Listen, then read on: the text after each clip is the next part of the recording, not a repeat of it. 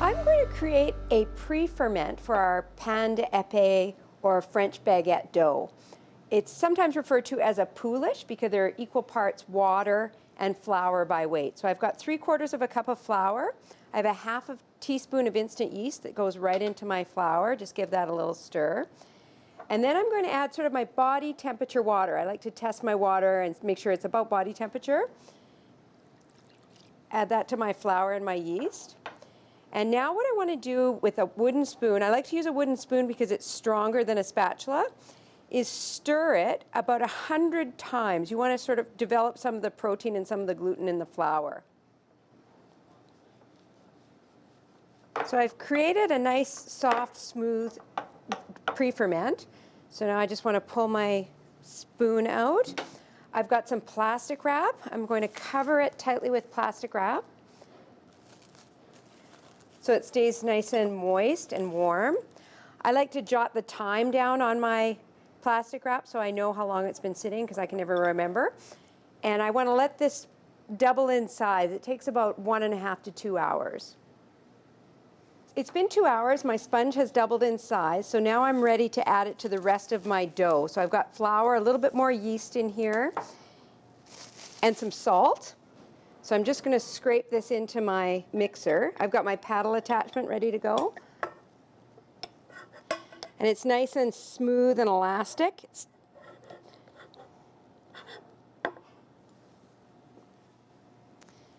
And then I've got 3/4 of a cup of that body temperature water again. I'm going to add that. On low speed, I'm just going to mix it until it becomes a shaggy dough. Just takes a few minutes. And then I can switch to my dough hook.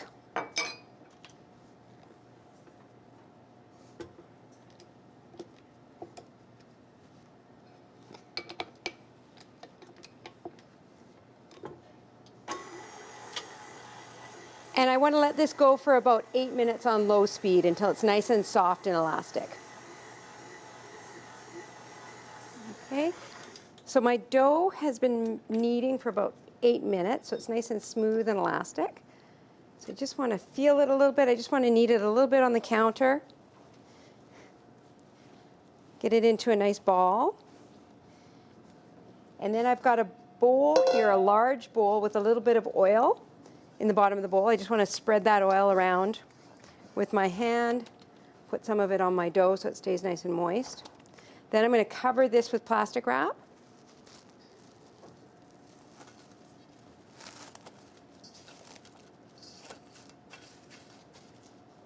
Mark the time. And let that ferment for about 2 hours. All right, this is my pain d'épée dough, or my baguette dough that's now finished its fermentation. So I'm ready to shape it for proofing.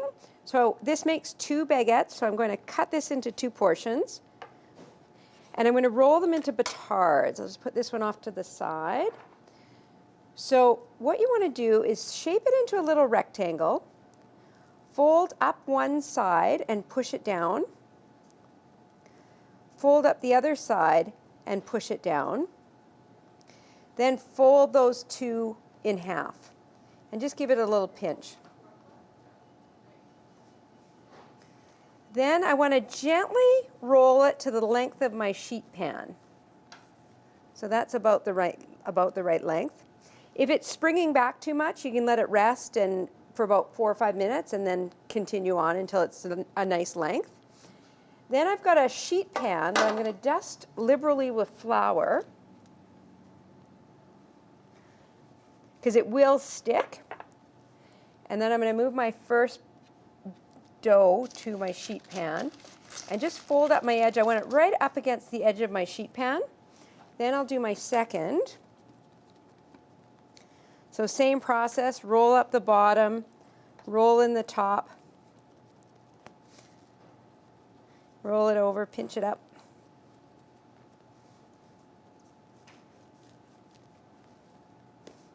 You want to try and get it even throughout.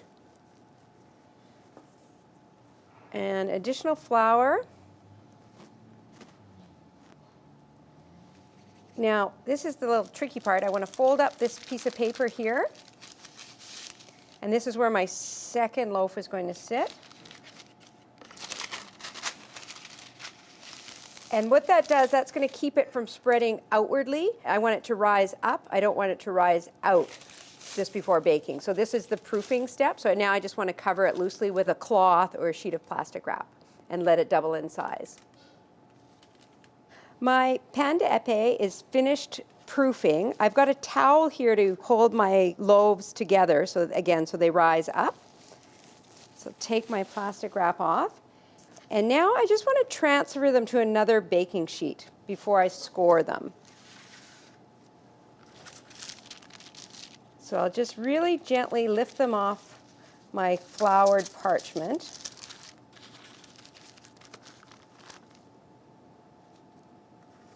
One here. And one here.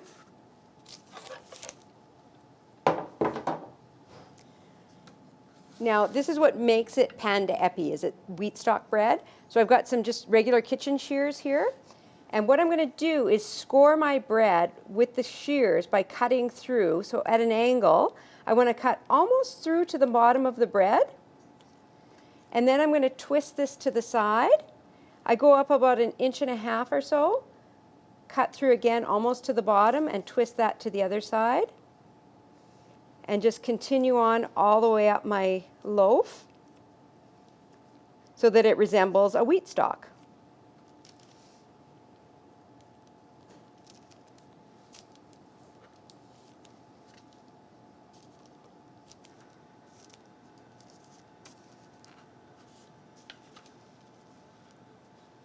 Now I'll bake this in a 450-degree oven for about 18 minutes.